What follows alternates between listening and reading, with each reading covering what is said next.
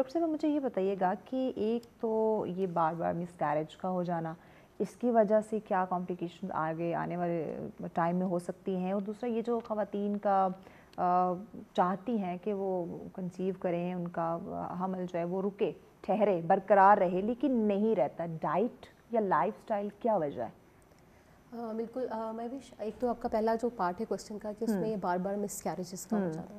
دیکھیے مس کیریجز میں وہی ہے کہ بہت ساری ریزنز ہوتی ہیں مس کیریجز کی. اگر ہم اس کو انویسٹیگیٹ کریں تو آپ کو بہت زیادہ انویسٹیگیشنز کروانی ہے، پھر آپ جان سکتے ہیں کہ ریزن کیا ہے. ٹھیک ہے، اس میں بیسکلی یہ ہوتا ہے کہ وہی بات ہے کہ آپ ارلی جیسے ہی پریگنینسی ہوئی، ہمارے ہاں ایک مسکنسیپشن یہ بھی ہے کہ جی 3 منتھس تو ڈاکٹر کے پاس لے کے ہی نہیں جانا، اور الٹرا ساؤنڈ فرسٹ 3 منتھ ہے وہ تو ڈاکٹر کے پاس جانے کی ضرورت نہیں، جو بہت امپورٹنٹ ٹائم ہے جس میں پورا فیٹس گرو کر جاتا ہے. دیکھیں ود ان 8 ویکس پہ آپ کے فیٹس سارے فیٹل پارٹس بنتے ہیں، اور 13 ویکس تک آلموسٹ ڈیولپمنٹ کمپلیٹ ہو جاتی ہے. اور ہمارے یہاں یہ سمجھا ہی نہیں جاتا اس چیز کو. اس میں جو وائٹامنس چاہیے، جو فولک ایسڈ چاہیے، جو انویسٹیگیشنز ہونی چاہیے، وہ آف کورس نہیں ہوتی.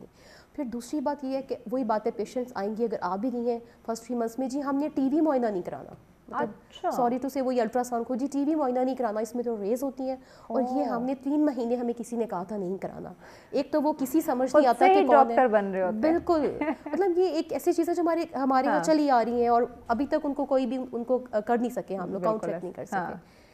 یہ چیزیں بڑی ضروری ہیں کہ ہم یہ چیزیں بتائی جائیں. آپ کا اگر